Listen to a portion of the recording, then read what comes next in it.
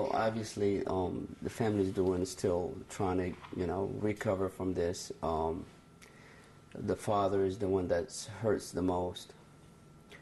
Uh, he's been through this once before, and the second time it happens. So he's actually not. He lives in Farmville, and he's having to spend the nights in Greenville with Nabil's brothers. He stays in his apartment. He's not able to go home to his wife and kids. Why is he's not going home to his wife? He said going back to Farmville or near the store or at home, it just reminds him of his son so much. And obviously going home and not seeing his son is have a great effect on him. And if he's doing that, then he's going to be by himself or with his wife, who's in a bad situation. I mean, they're about to doing the same, so he's trying to be around people that are not hurt as much. This way he's not affected as much. Also, he have the store there, so he's not trying to get near the store. Has he been to the store since it's happened? No, he has not. The reason why he hurt so much, actually, he had the same exact story just about that had happened to him and his brother while he used to live in New York, and he used to work in New York and in Brooklyn, and he and his brother they did get robbed. It was in '92, and his brother was shot to death. They were both in the store, and his brother got killed, and he had to leave the state to kind of forget about the story, and he had chosen North Carolina, thinking that he's going to have peace in here and get away from what had happened there. And it's so sad that same thing just happened again. And this time it's even worse because he's lost his only son, and he's also lost his nephew. And he loved his brother so much that he named his son after his brother. And it's just sad. I mean, I don't know how to explain it or what to tell you, but he's doing real bad, and we try to talk to him, we try to keep him company, but when this happened to you, only so much I can do or anyone can do, and especially this incident. I mean, we just can't figure out why this happened. I mean, it didn't have to happen, It's wrong, It's wrong. It's sad. It's very emotional. Those people did exactly what they were told to do, Robbers, they came in there and they were told, give us the money. They gave the money, as you could see that on the video. They told them sit down. They sat down, just as they were told. They gave up. They showed no resistance. And those guys were able to go in the store, get the money, get everything they needed, and they could have just left. They could have just left. You watched the video? Yes, I did. What went through your mind when you saw what was happening?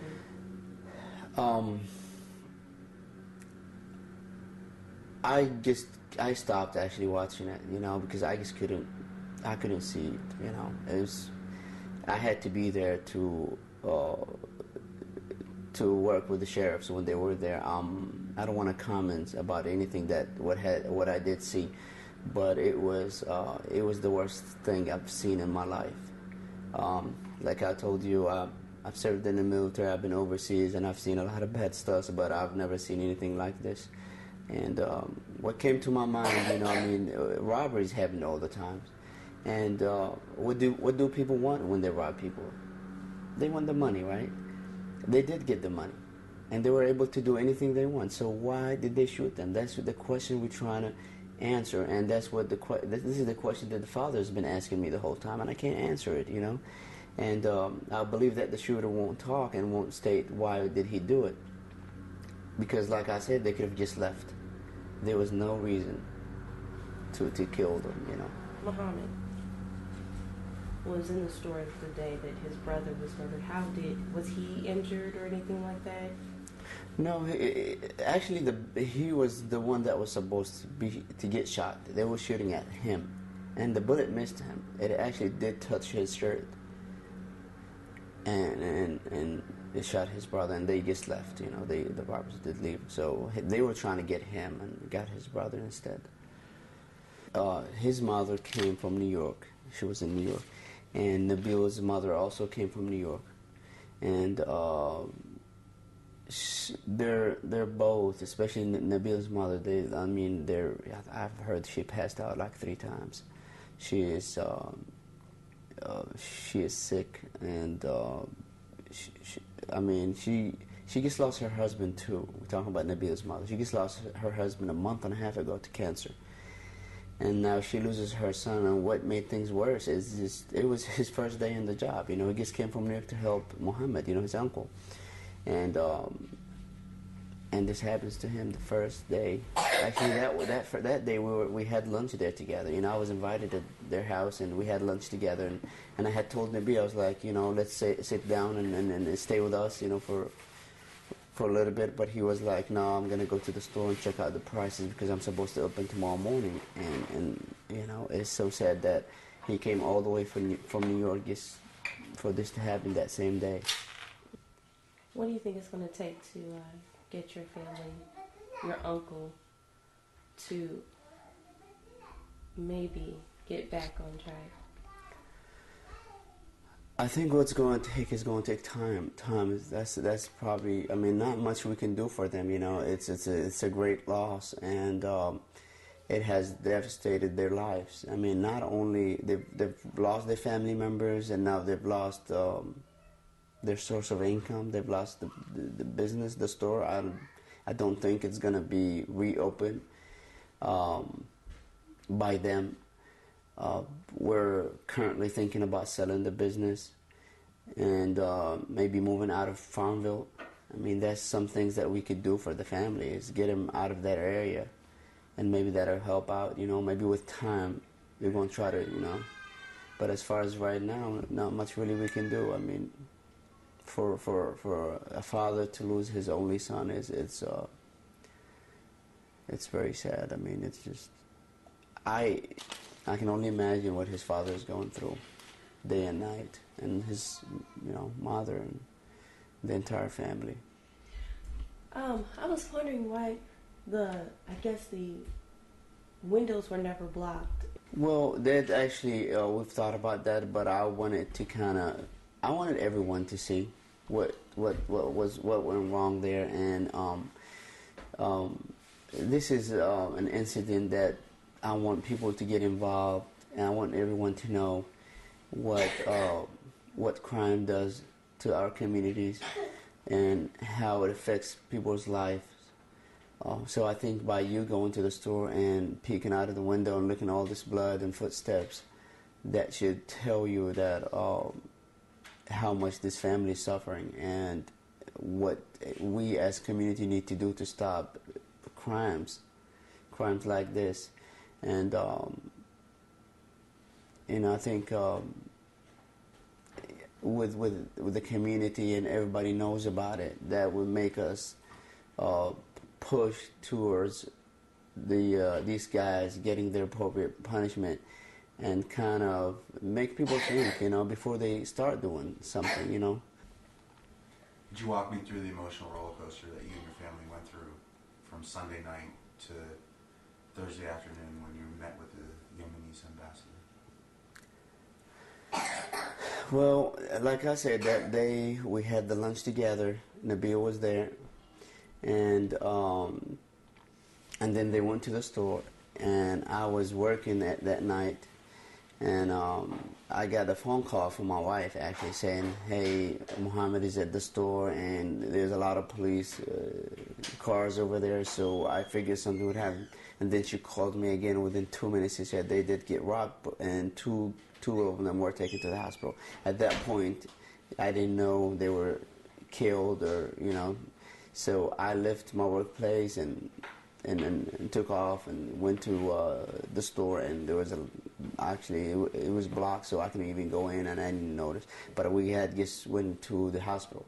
I took Mike and Kevin's, who was Nabil's brother. We went to the hospital. When we got to the hospital, we waited for about 10 to 15 minutes, and we were hoping to actually hear good news because we didn't know it was that bad. We actually didn't even know they got shot in the head. We just knew they got shot. So we're hoping maybe shot in the leg, arm, somewhere else. And then they took us inside the hospital. They told us, we said, just wait in this room, this small room, until we get the doctor to come talk to you. At that point, we were just praying. All of us, we were just praying the whole time. We were there for about 15 minutes to hear good news. And then the doctor came in and told us that Mukbil, who was the young Sam, has passed away. And that Nabil, old Sam, he was still alive, but there was 0% or no chances of him making it. At that time, Mike's he just collapsed. And it was a very emotional moment where just everybody took themselves to the corner of that room and we all cried for a long time. And I mean, that doctor kept telling us that he was sorry and that there was a lot of people trying to save their lives when they got to the hospital, but it was too late. And he did tell us that they got shot in the head, and not much could have been done. And obviously they bled. I mean, there was a lot of blood in the store when I went to see. And then they did tell us that if you want to see them, we could. And we went upstairs and we saw Mukbil first, and then we saw Nabil. And I don't want to talk about how they looked, but it was very, very, very bad. It was very bad. There was no need for them to do that. I mean, when they shot them, they were just sitting down. Shot them from the back of the head for no reason. For no reason. And but they looked very bad. And then we went down and we went to check. We went back to the store to see how Jabbar was doing. And I think he even looked worse than them because we were told not to look. And they won't even let us look at him, whether it's at the store or when he was taken to the hospital. He was actually not taken to the hospital because he was gone. He has passed when he was still in the store, so they didn't even take him to the hospital. When we went back to the store, at that time I was just walking around and holding Mike because he was about to lose it, and he was in the hospital a couple of days ago for some heart problems. This is the father. That's the father, yeah. He had some heart problems, and he spent the night in the hospital. So I was trying to be around him just in case something happens to him, and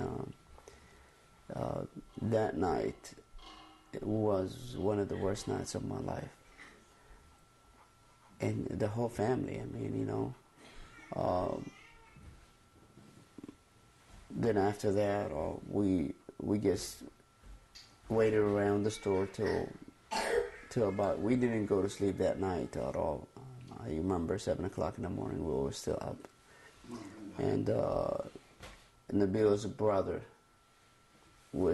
his other brother was coming from New York, so bringing his mother, so we waited for them to come in. And that next day was even worse because the guys were still at large, and I was always told by the sheriff that they had good leads and that the community were calling. I mean, Sheriff Els told me that the phones won't stop ringing. You know, people were just calling and, you know, and getting information. And I did meet with Captain Dance, and she told me that it was a very solvable case, and she's worked cases like that before. She's never seen one like it, but from the way that the community is helping out, that it's going to be a solvable case, and she's going to have good news for me.